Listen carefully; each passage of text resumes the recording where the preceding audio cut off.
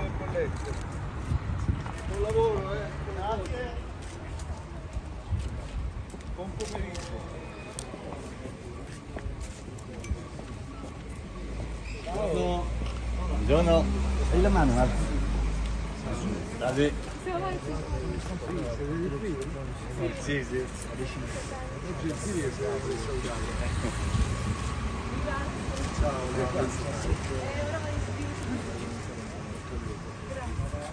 Grazie, arrivederci.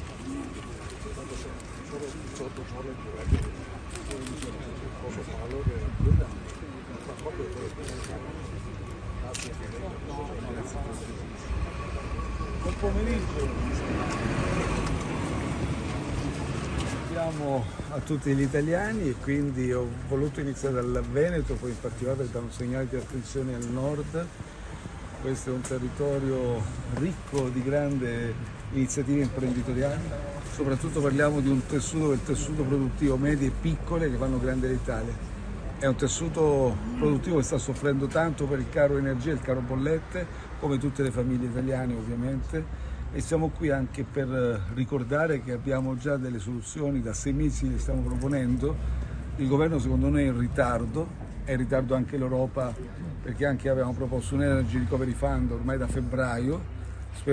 Abbiamo l'impressione che si sta muovendo qualcosa, speriamo che adesso arrivi a compimento quello che secondo noi è l'unica soluzione europea. Piani di acquisto comune, stoccaggi comune e ovviamente un prezzo calmiratore a livello europeo. Sul piano interno però bisogna fare molto, siamo in ritardissimo. Per quanto riguarda sempre il centrodestra che è forte qui in Veneto, lei crede come altre forze politiche che ci possa essere un default o una crisi nel caso in cui il centrodestra arrivi al potere come insomma vedono i sondaggi?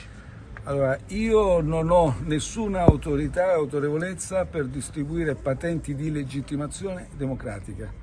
Quindi le forze di centrodestra hanno tutto il diritto di fare le loro proposte, di presentarle ai cittadini e certo non penso che ovviamente sarebbe un disastro dal punto di vista costituzionale per l'Italia. Hanno la piena legittimazione a fare le loro proposte.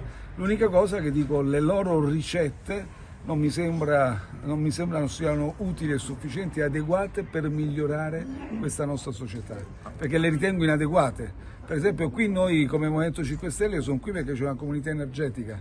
La comunità energetica è un esempio concreto con le agevolazioni da noi volute per un taglio strutturale dei costi della bolletta sino al 30%, perché vuol dire che i condomini qui sono diventati autoproduttori di energia e questa è una modalità concreta per tagliare le emissioni di CO2, per risparmiare i costi dell'energia e per diventare ovviamente da un contributo concreto. Ecco, queste sono le ricette che servono al Paese. Un altro tema centrale sono il taglio